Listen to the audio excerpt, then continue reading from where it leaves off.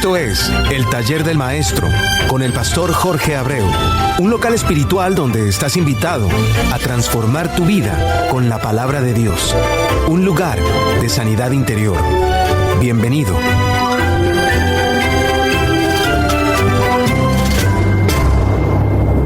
No sé si te has dado cuenta que detrás de cada sombra siempre existe una luz.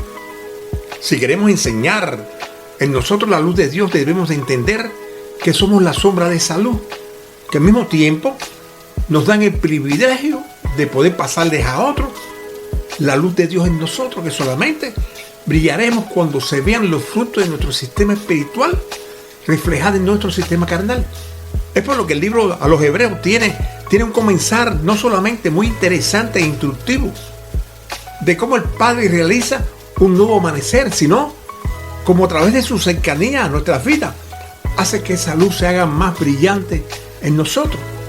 Y vamos a comenzar con los versículos del 1 al 6 del primer capítulo de Hebreos, comenzando con los dos primeros, que nos dice: Dios, habiendo hablado muchas veces y de muchas maneras en otros tiempos a los padres por los profetas, y en estos postreros días nos ha hablado por el Hijo, y quien constituyó heredero de todo y por quien asimismo hizo el universo.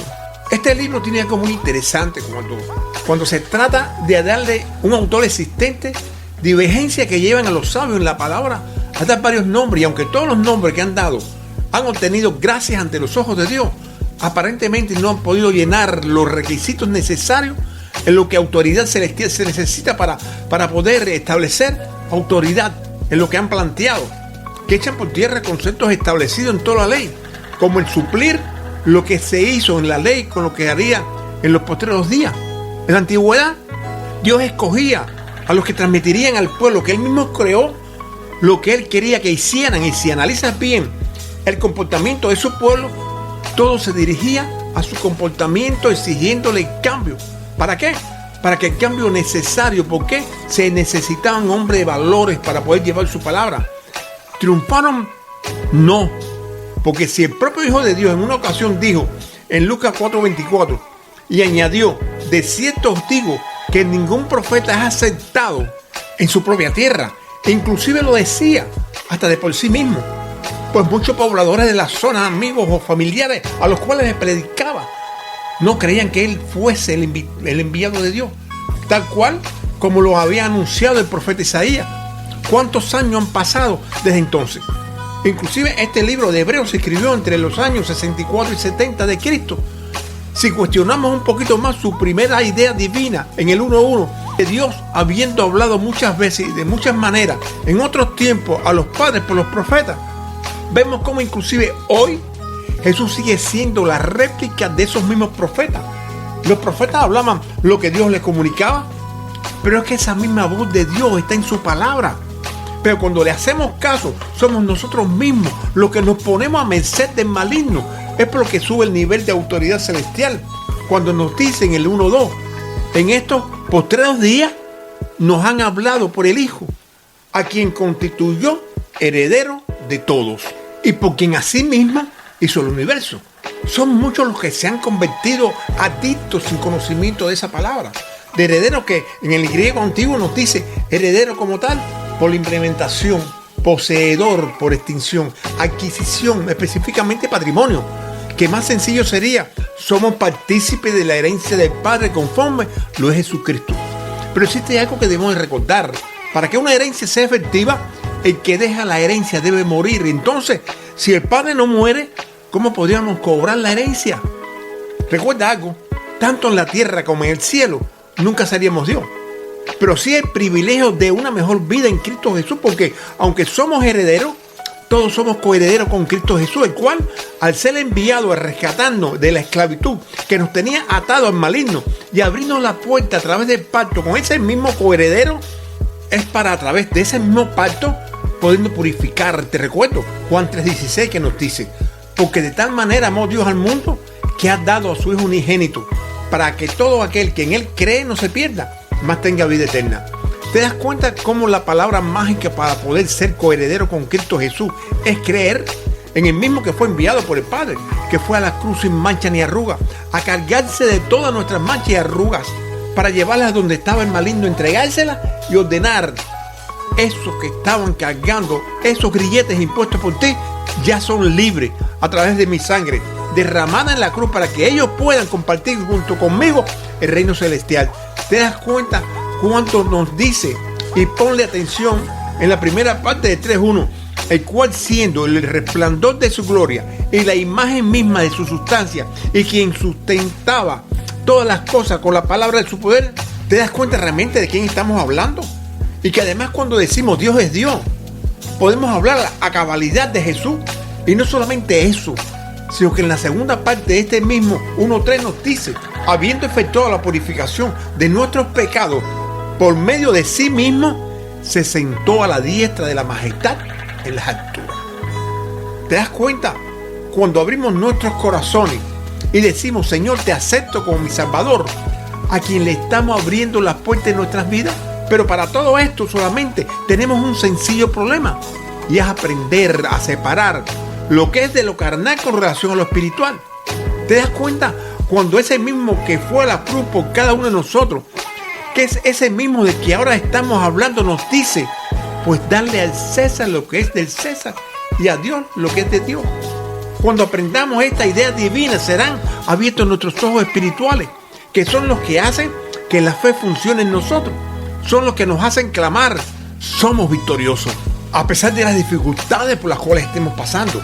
Y será los que nos hacen ver a Dios como Dios realmente, en cualquiera de sus manifestaciones, como Padre, como Hijo o Espíritu Santo. Porque sería cuando realmente en fe podríamos clamar. ¿Se dan cuenta lo importante que es el poder reconocer? Cuando somos herederos de algo que no está aquí abajo, sino en el reino celestial, pero que al entrar en impacto con él, con el coheredero, obtenemos protección aquí abajo como ciudadanos del reino, aceptando las leyes celestiales conforme aceptamos las terrenales. Es una pregunta para reflexionar. Es la razón por la cual en el 1:4 nos dice: hecho tanto superior a los ángeles, cuando heredó más excelente nombre que ellos. ¿Se da cuenta el nivel espiritual que tendremos en nuestro verdadero yo espiritual cuando busquemos la forma de poder entender nuestro idioma? No sé cuántas ideas divinas podrías tú haber encontrado en el Nuevo Testamento que solamente podría ser hablada o establecida por Dios, y en este caso específico por Dios Hijo. Es por lo que al principio les dije que tal parecía como si hubiese sido el propio primogénito de Dios el que se había tomado su tiempo divino para dejarnos su caminar terrenal en los evangelios, su voz en las escrituras y su puño y letra en hebreo. Lógico, para Dios Hijo, todo lo caminado, hablado o escrito es experiencia vivida, porque conoce el futuro. Pero además es lo que nos hemos preguntado miles de veces: ¿tenía el diablo voz y voto en el paraíso? Claro que no. Pues así mismo es en nuestro hoy, donde tampoco el diablo tiene ni voz ni voto en el paraíso de Dios, que es nuestra vida.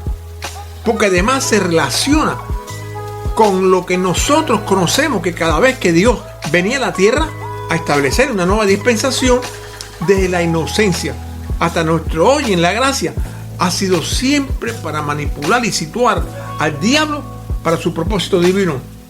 Y sobre todo, para enseñarlo que con Cristo en nosotros, el diablo tiene que estar fuera de nosotros. Entonces, ¿para quién es esa enseñanza? ¿Para el diablo?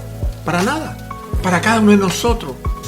Porque si quieres moverle el piso al diablo cada vez que te vea, solamente sé obediente a la palabra y correrá lejos de tu presencia. Fíjate lo que nos dice en el 1:5. Porque a cuál de los ángeles dijo Dios jamás: mi hijo eres tú. Te he engendrado hoy y otra vez. Yo seré a él padre y él me será a mi hijo. No sé si te has dado cuenta cómo el Padre engendra en el sistema espiritual la presencia del primogénito. Y ese jamás establecido es un nunca sin límite de tiempo en el infinito, como también en el sistema espiritual de la vida, porque la vida es eterna. Y esa razón es por la cual en el cielo nadie ha escuchado esa frase dirigirse a ninguno de ellos.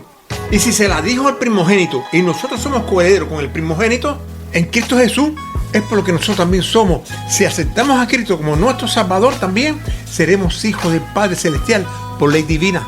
Ahora bien, ¿cómo estaría relacionada la importancia de todo lo que hemos hablado en Mateo 6:33, que nos dice: mas buscar primeramente el reino de Dios y su justicia, y todas esas cosas os serán añadidas? No es mucho lo que tenemos que buscar, porque todos nos los dejaron escrito, que sería la razón por la cual podemos volver a recordar que nos dejaron su tiempo divino para dejarnos su caminar terrenal en los evangelios, su voz en las escrituras y su puño y letra en hebreo, lógico, para Dios Hijo. Todo lo caminado, hablado o escrito es experiencia vivida. Por eso cuando decimos que si unimos lo que Dios le habló a los antiguos con lo que nos dejó escrito, sin embargo, enseguida cuando hablamos de añadidura, pensamos en lo material, en lo que podíamos recibir de Dios con el mínimo esfuerzo requerido. Y no pensamos en lo que ayer en el video corto escuchamos escrito en Jonás 2:8, de lo que siguen vanidades ilusorias, su misericordia abandona. Todo lo que querramos obtener fuera de lo necesario será basado en obediencia a la palabra de Dios. Ahora bien, esto nos enseña algo divino, que se hace cierto a través de la propia palabra de Dios. En este último versículo que analizaremos hoy, el 1:6, es cuando nos dice, y otra vez, cuando introduce al primogénito en el mundo, que sería la primera idea divina, te darás cuenta cómo Dios especifica el destino final de Jesús cuando da la señal de la introducción del primogénito al mundo, donde realizaría su misión final. Y además le da nombre, por sobre todo nombre en ese momento existente en el reino, cuando le dice primogénito, que sería heredero.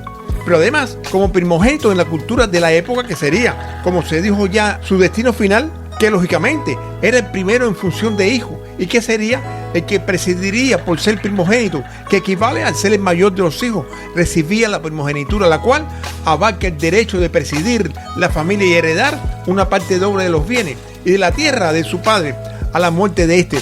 Pero como Dios no muere, lo haría en vida, es por lo cual se gana el sello de intermediario entre el Padre y nosotros, ocupando su posición a la diestra del Padre, siendo además el de mayor acciones hereditarias entre los hijos. Pero además sería de todos los herederos el que ocuparía el privilegio de Dios Hijo. Y la segunda idea divina, ahí mismo en el 1:6, adórenle todos los ángeles de Dios. Ese adórenle en el griego antiguo es postrarse en homenaje al primogénito, donde ya desde antes de partir ellos celebraban el triunfo de Dios sobre el diablo y nuestra liberación. Pero existe algo que debemos de tener presente, y es que todas las palabras, inclusive de tapa a tapa, encierran enseñanzas que nos llevarían, si nos dejamos, a un nivel superior de conocimiento, que es lo que realmente Dios quiere darnos para no morir por falta de conocimiento. Pero se necesita que le pongas atención suprema a lo que a continuación escucharás, porque lleva bien explícito lo más importante para nuestras vidas, y es todo lo que tú tienes que aprender para poder convertir en coheredero con Cristo Jesús. ¿Listo? Escucha. Entonces, porque hay que buscar y encontrar es la forma que Dios tiene para podernos ayudar, porque como intermediario, su primera misión celestial fue limpiar el pantano. Escucha lo que nos dice Efesios 2:8-9. Porque por gracia sois salvos por medio de la fe. Y esto no de vosotros, pues es un don de Dios, y no por obra, para que nadie se gloríe. ¿Escuchaste su posición? Él es el único con autoridad divina para perdonar, restaurar y salvar. Pero a pesar de eso, nos da a todos la decisión de poder decidir. Y es cuando aparece lo que tenemos que hacer en Romanos 10:9-10, que si confesares con tu boca que Jesús es el Señor y creyeres en tu corazón que Dios le levantó de los muertos, serás salvo. Porque con el corazón se cree para justicia, pero con la boca se confiesa para salvación. Lo único que tienes que hacer es confesar con tu boca una pequeña oración de arrepentimiento. Lo bueno que tiene esto es que mañana, después de pensar, te diste cuenta y volviste de nuevo y la puedes hacer. Por eso, Jesús, estoy delante de su presencia, Señor, pidiéndole perdón, arrepentido de todos mis pecados que han adulterado la vida que usted me dio.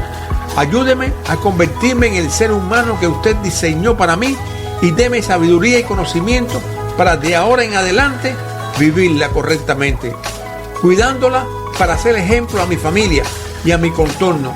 Gracias, Señor. Amén. Gracias por escuchar tu programa, El Taller del Maestro. Nuestra cita es la próxima semana a esta misma hora.